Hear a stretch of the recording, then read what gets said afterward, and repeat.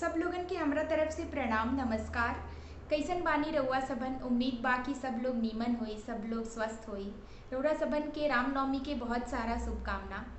रामनवमी के शुभ अवसर पर हमहू सोचनी कि काहे ना एगो गीत के गावल जाओ। तो आई बिना देर कैले ई गीत के शुरू कैल जाओ, सुनल जाओ।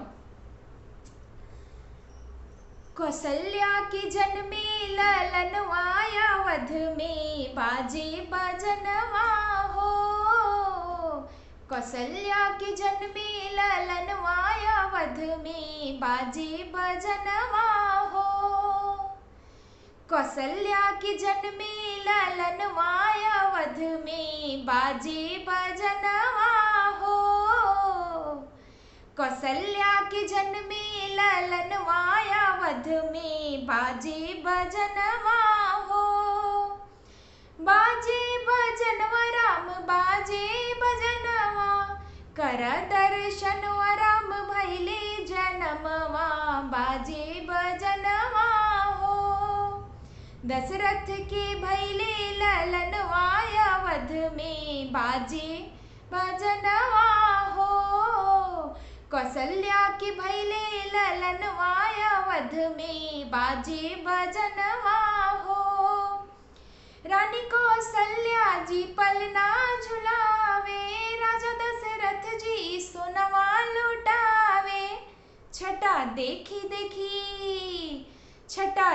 देखी बिहसे परनवा अवध में बाजे बजनवा हो। कौसल्या के भैले ललनवा अवध में बाजे बजनवा हो। कौसल्या के भैले ललनवा अवध में बाजे बजनवा हो।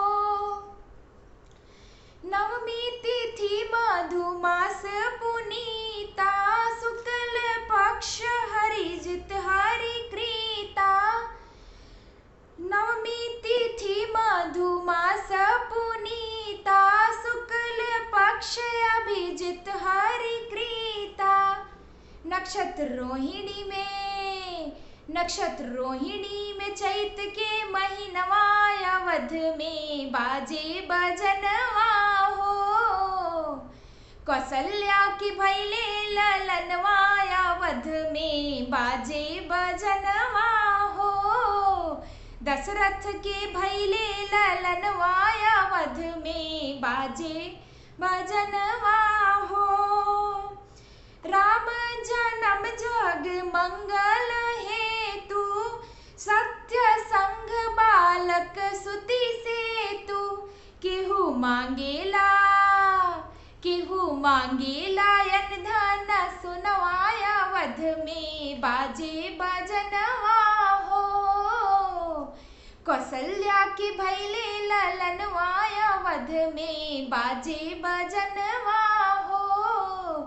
दशरथ के भैले ललनवा अवध में बाजे बजनवा हो। कौसल्या के भैले ललनवा अवध में बाजे बजनवा हो। उम्मीद बा कि रउरा सबन के ई गीत जरूर नीमन लागल होगी तो एगो लाइक बटन जरूर दबाएं। नया पानी चैनल के अभी तक सब्सक्राइब नहीं की कैले तो चैनल के जरूर सब्सक्राइब करें, ताकि हमार नया नया गीत नया नया वीडियो रउरा सबन तक आसानी से पहुंच जाओ। धन्यवाद।